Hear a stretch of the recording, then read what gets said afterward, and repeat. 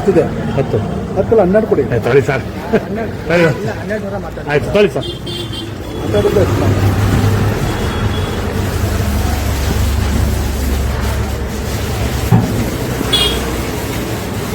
Sir, ಇವರು ಮುಖ್ಯಮಂತ್ರಿಗಳು ಒಂದು ಮಾತು ಹೇಳಿದ್ದಾರೆ. ಏನಂತ?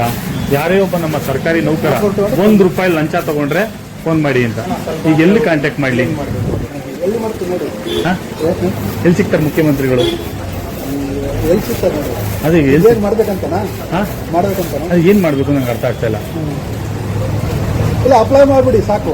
ಅಲ್ಲ, ನಾನ್ ಕೇಳ್ತಾ ಇರೋದು, ಮುಖ್ಯಮಂತ್ರಿಗಳು ನಮ್ಮ ಸರ್ಕಾರಿ ಕಚೇರಿಯಲ್ಲಿ ₹1 ಯಾರಾದ್ರೂ ಲಂಚ ತಗೊಂಡ್ರು ಅವ್ರನ್ನ ನನಗೆ ಒಂದು ಗಮನಕ್ಕೆ ತಗೊಂಬನ್ನಿ ಅಂತ ಹೇಳಿದ್ದಾರೆ. ಈಗ ನಾನು ಎಲ್ಲಿ ಹುಡುಕ್ಲಿ ಅವ್ರನ್ನೀಗ?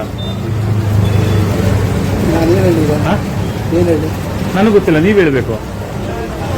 ಮುಖ್ಯಮಂತ್ರಿ ಹೇಳ್ತಾರ ತಪ್ಪ ಅಥವಾ ಅಧಿಕಾರಿಗಳು ನಡ್ಕೊಳ್ತಾರ ತಪ್ಪ ಅಂತ? ಅಲ್ಲ ಸರ್, ಒಬ್ಬ ಸಣ್ಣ ಪುಟ್ಟ ವ್ಯಾಪಾರಿ ಹತ್ರ ನೀವು 10 ರಿಂದ 12 ರೂಪಾಯಿ ಡಿಮ್ಯಾಂಡ್ಸ್ ಮಾಡ್ತೀರಿ ಹಣಕ್ಕೆ ಅಂತ ಹೇಳಿದ್ರೆ ಇದು ಎಷ್ಟು ಮಟ್ಟಿಗೆ ನೀಚ ಕೆಲಸ ಅಲ್ವಾ? ಸರ್ಕಾರ ನಿಮ್ಗೆ ಉದ್ಯೋಗ ಕೊಟ್ಟಿದೆ, ಏನಂತ? ಬಹಳ ಒಳ್ಳೆ ಕೆಲಸ ಮಾಡಿ ಜನಸಾಮಾನ್ಯರಿಗೆ ಸಹಾಯ ಮಾಡಿ ಅಂತ.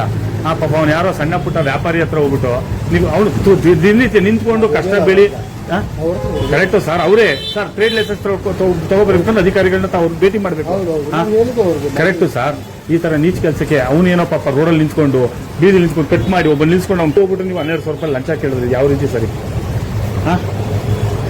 ಅಂತ ಆನೆಸ್ಟ್ ಆಫೀಸರ್ ಆಗಿದ್ರೆ ಮಾಡ್ಕೊಡ್ಬೇಕು ನೀವು ನೇರವಾಗಿ.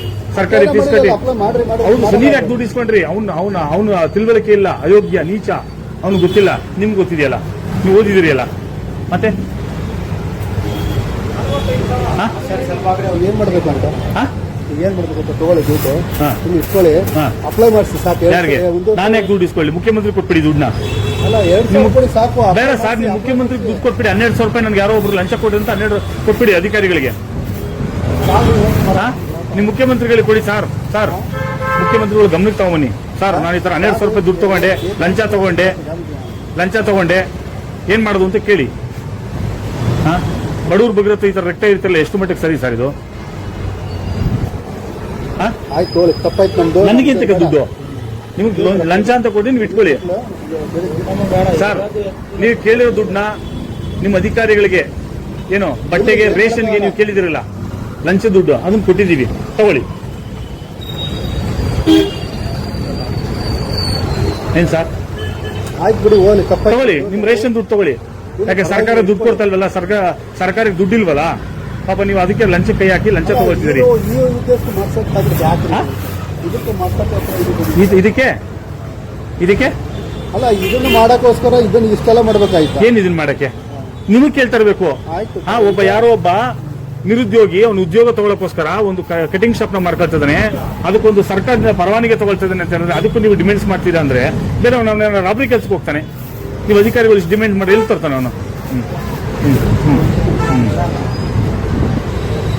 ಸುಸ್ತಾಗುತ್ತೆ ಪಾಪ ಅವ್ರಿಗೆ. ಇಲ್ಲ, ಸುಸ್ತಾಗ್ತಿದೆ ಪಾಪ. ಶುಗರು BP ಲೋ ಆಗ್ತಿದೆ ಅವ್ರಿಗೆ ಪಾಪ.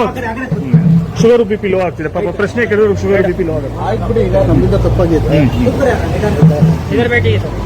ಅವ್ರದನ್ನ ದಯವಿಟ್ಟು ಅದನ್ನ ಮಾಡ್ಕೊಡ್ಬೇಕು ನೀವು. ಮಾಡ್ಕೊಡಿ.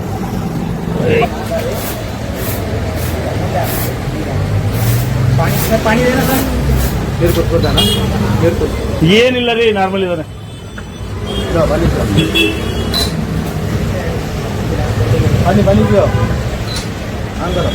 ದುಡ್ಡು ಕೊಡ್ಬೇಕಾದ್ರೆ ಸುಸ್ತಾಗಲ್ಲ, ದುಡ್ಡು ಕೇಳ್ಬೇಕು ಆಗಲ್ವಾ?